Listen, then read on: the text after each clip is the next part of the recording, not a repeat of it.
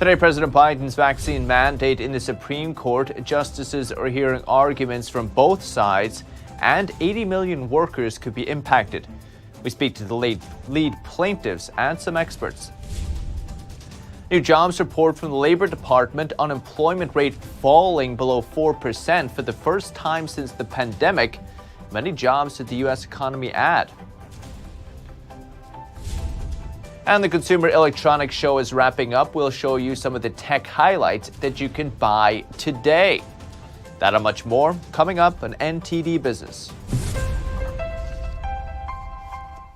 Good evening. Great to have you with us. I'm Paul Graney. New York State is planning to require all healthcare workers to get booster shots. Governor Kathy Hochul saying it's to keep them safe amid rising CCP virus cases. We need to make sure that our healthcare workers are now boosted, not just vaccinated, but they have to be boosted. But healthcare workers will be asked to do this with no exemptions other than a medical exemption and no test out options.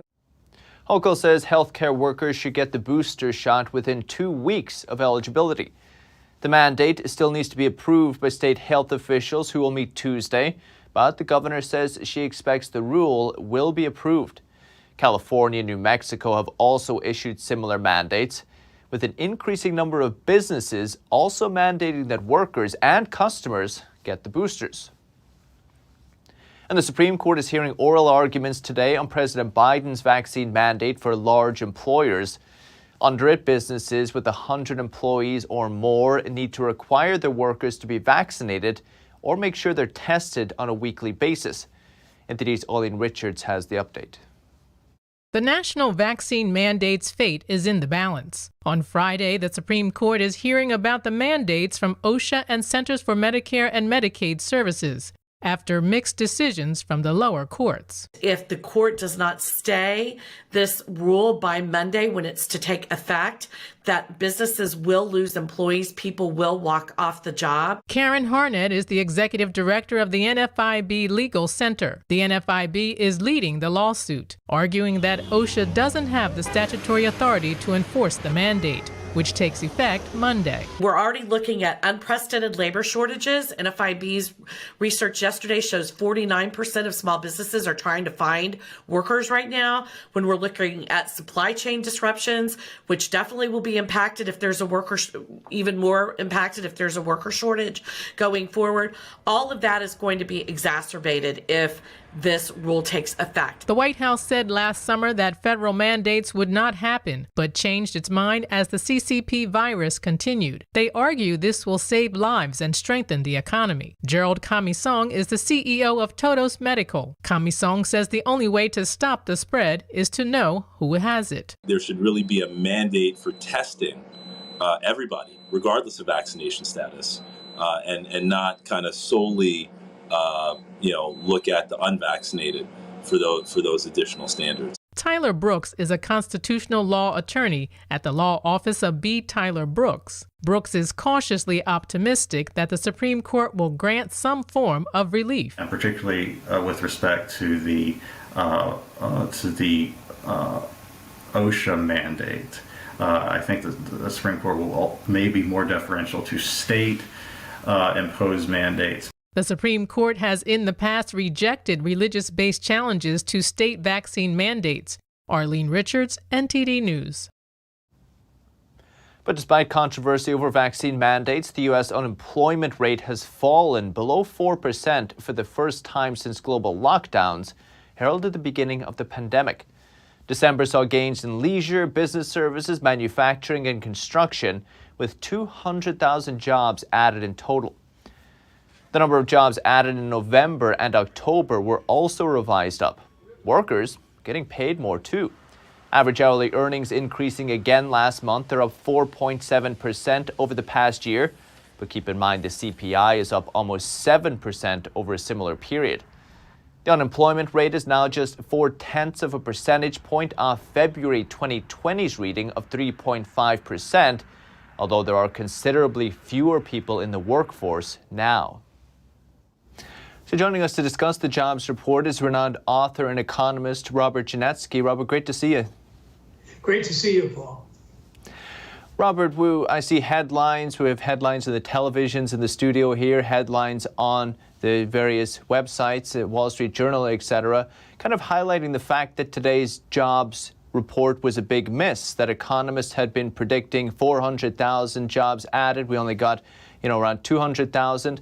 But from reading your release this morning, you feel it's actually a positive reading. Why? I think it's a good report.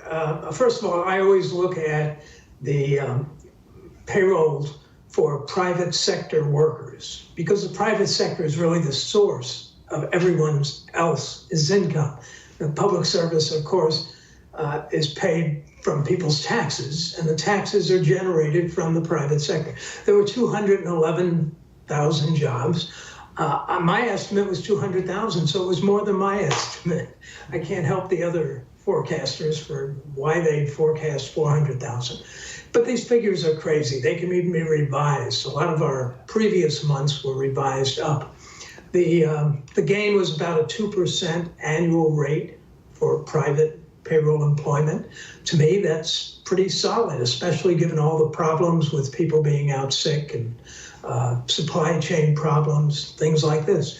So I thought it was a pretty decent report. The only negative that I saw was even after revisions to previous months and even after another 200,000, we're still 2% below where we were prior to COVID.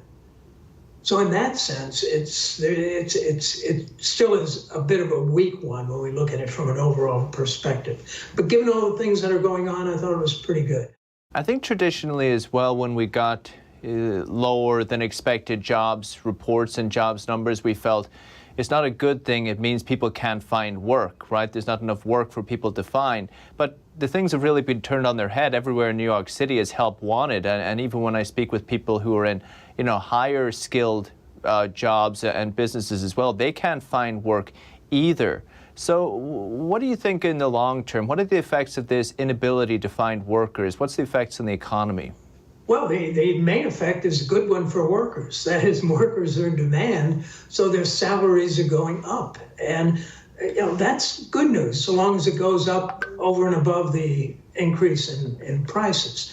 And that's been a problem, that the gains after inflation, even with these huge wage gains that we're seeing, after inflation, especially for the low end of the income scale, where prices are rising much faster for food and basic essentials, they're losing out. So, it's a mixed bag in terms of the economy. But just in terms of employment, there's tremendous demand out there. There's a shortage of workers.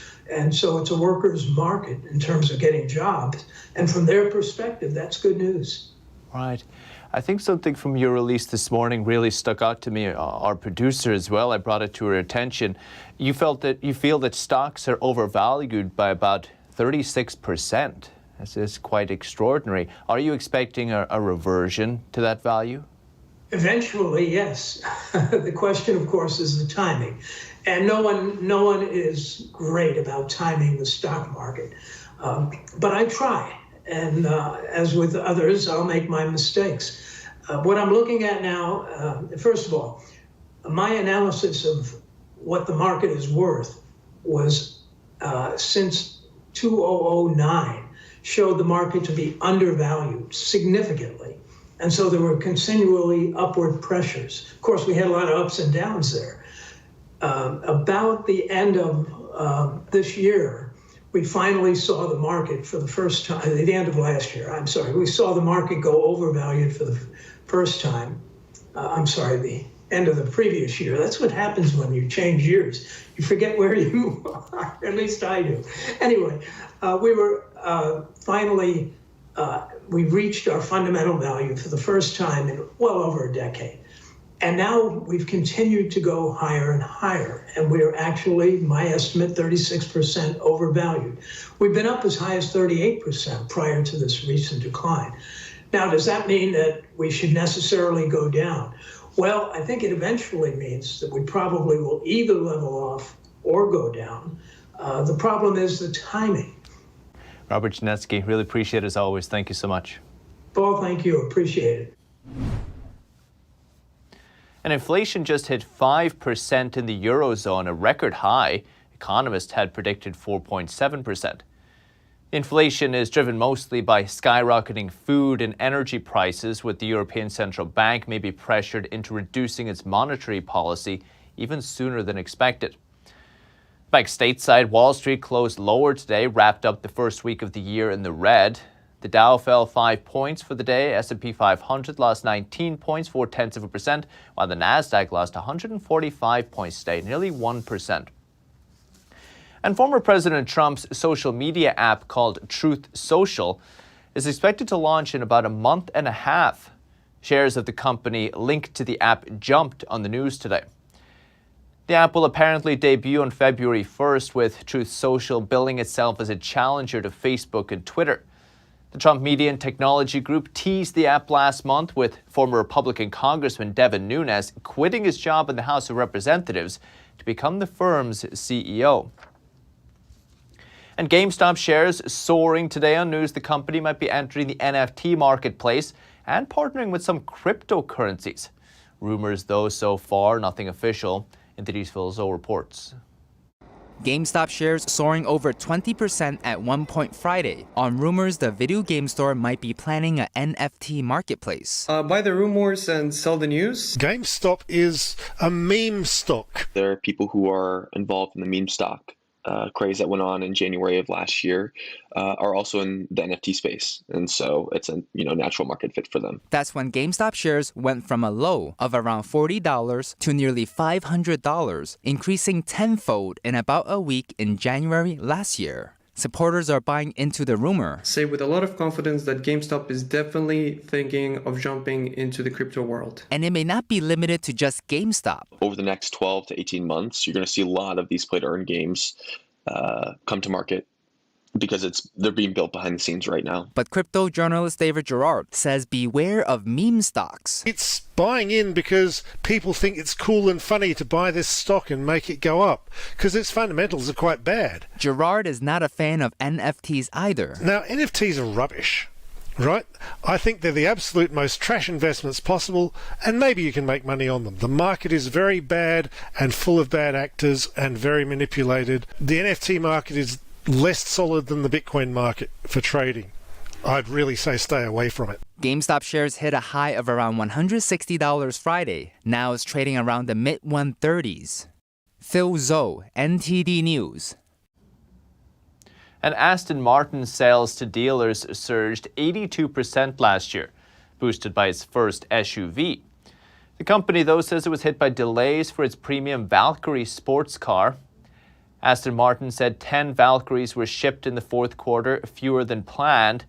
It blames supply chain challenges and a complex production ramp-up. The car maker, that's James Bond's favorite, by the way, forecast annual core earnings of $20 million lower than expected.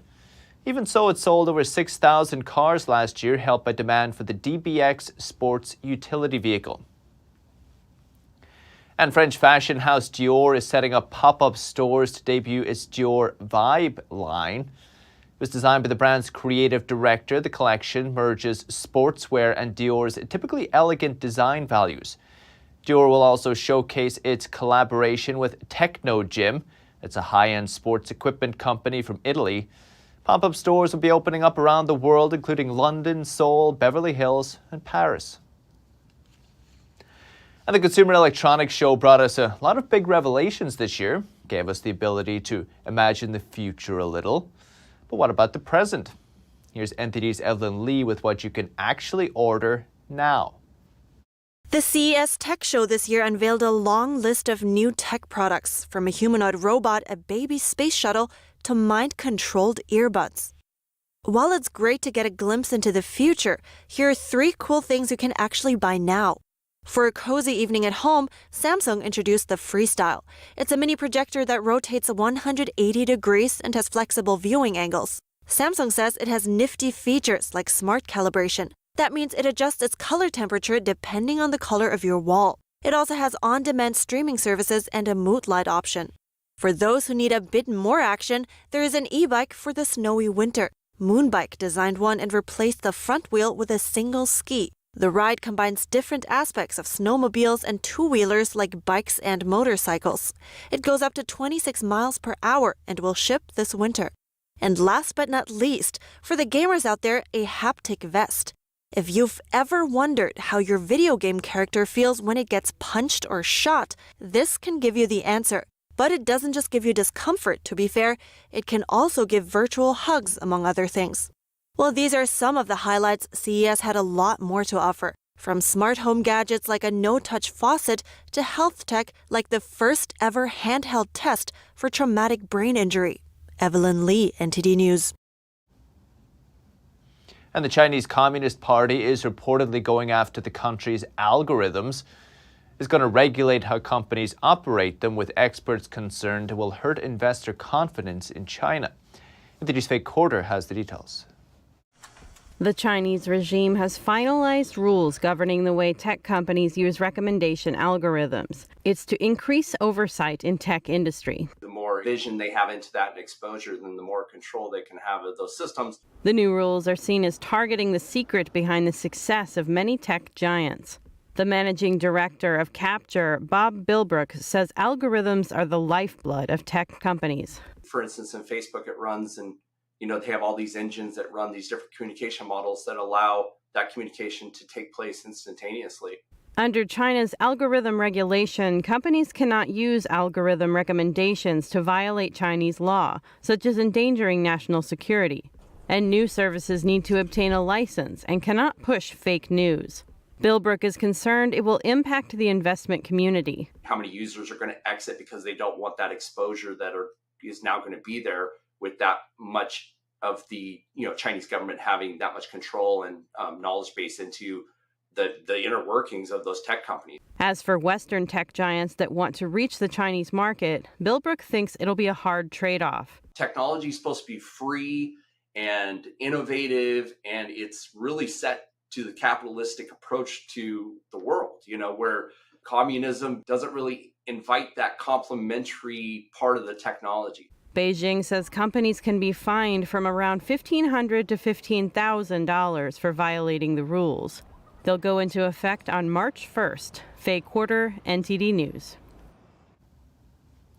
And a Chinese national admitted in federal court Thursday that he stole a trade secret when he worked with agricultural giant Monsanto and one of its subsidiaries in Missouri, according to federal prosecutors. The 44-year-old man pleaded guilty to conspiracy to commit economic espionage. Prosecutors say he transferred a trade secret to a memory card as part of a software platform to help farmers collect field data. Then he attempted to take it to China for the Chinese regime. He'll be sentenced on April 7th. And a China-based company called Tiandi has reportedly been selling video surveillance systems to Iran. Surveillance research group IPVM found that Tiandi signed a 5-year contract with Iran, plans to open 8-person office there. Tiandi is one of the largest video surveillance companies in the world. It's known for its unethical product line, including smart tables that go with Chinese torture chairs and AI facial recognition to automatically identify someone's ethnicity, think Uyghur Muslims. Tiandi is not a state-run company, but it is one of the Chinese regime's largest suppliers. Its CEO is a former member of the party Congress. With that, we take a quick break. What's still to come? McDonald's facing a French fry shortage in Japan. What's behind it, and what are they going to do about it? And BMW unveiling the world's first color-changing vehicle. What's behind the technology? That and more coming up on NTD Business.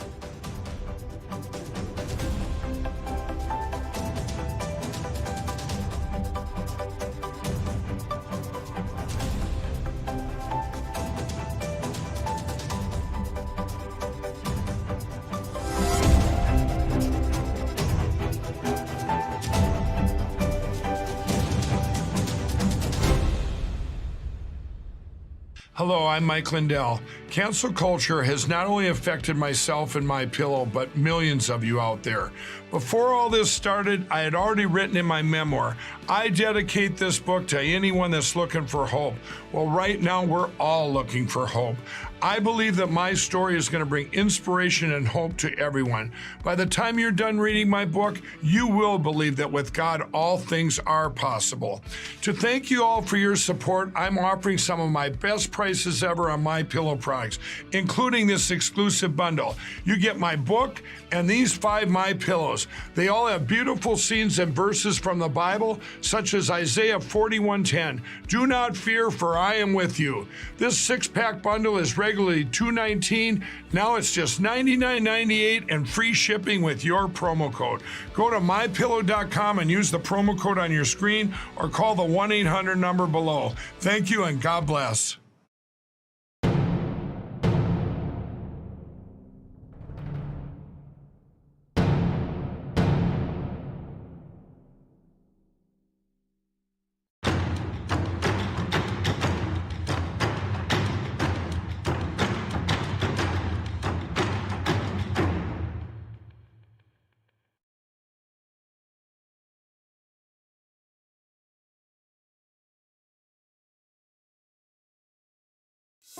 At The Nation Speaks, we don't just scratch the surface. We want to go wide and deep. Our viewers come away with a much richer understanding of the issues of the day. We really make a big effort to bring on different voices onto the show. We don't just talk to experts and newsmakers, which of course are extremely important, but we also want to hear from the American people. So the people who are impacted by the policies and issues that we're talking about, because what they have to say is just as important to the national conversation.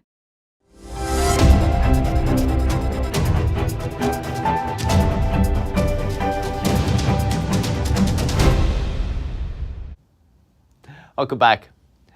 Bed Bath & Beyond has revealed the location of its 37 of its 200 stores it plans to close in the coming weeks. The stores are easy to identify. They're the ones currently having liquidation sales. New York is losing 7 locations, followed by California with 6, and all of the affected stores will be closed by the end of February. Meanwhile, Bed Bath & Beyond is remodeling 450 of its stores, representing about half of its remaining locations. And head to McDonald's in Japan right now. You may be left a little hungry. It said today it's running short of potatoes. That means customers can have only a small portion of fries. McDonald's Japan says it's down to flood damage near Vancouver and assorted shipping problems. That includes health crises-related issues, extreme weather events, and an upsurge in global demand.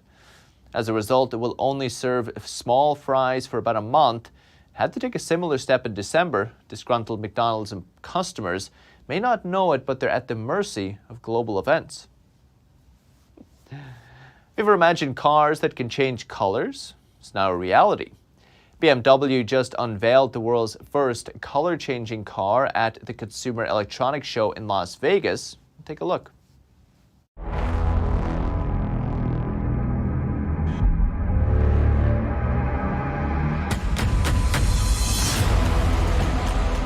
The concept car, called the BMW iX Flow, uses e-ink technology to produce fluid color changes. When stimulated by electrical signals, the e-ink technology brings different color pigments to the surface of the car. It's the material we know from e-readers, so from Kindles. So it's the reason why you can read your Kindles so nicely in the sun, because there's actual color change going on there. So we took this material, it's kind of a thick paper, and our challenge was to get this on a 3D object like our cars. The driver would have the option of changing the color from within the cabin, or by using an app, or even through hand gestures. Okay, so now I'm switching it with the app to various effects. So now it's white.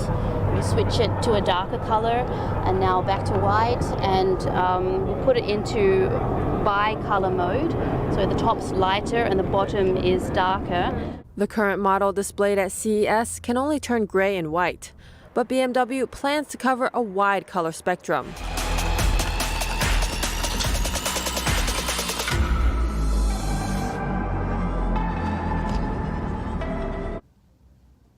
The latest business updates for this week. You can still watch NTD Evening News with Chenny Wu. Starts at 6:30 p.m. Eastern.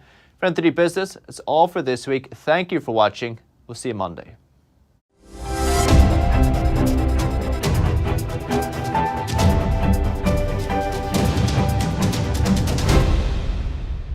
Thanks for watching us on YouTube. Did you know YouTube only keeps selective videos on its platform? So if you want to make sure you get the full picture, just subscribe to our newsletter.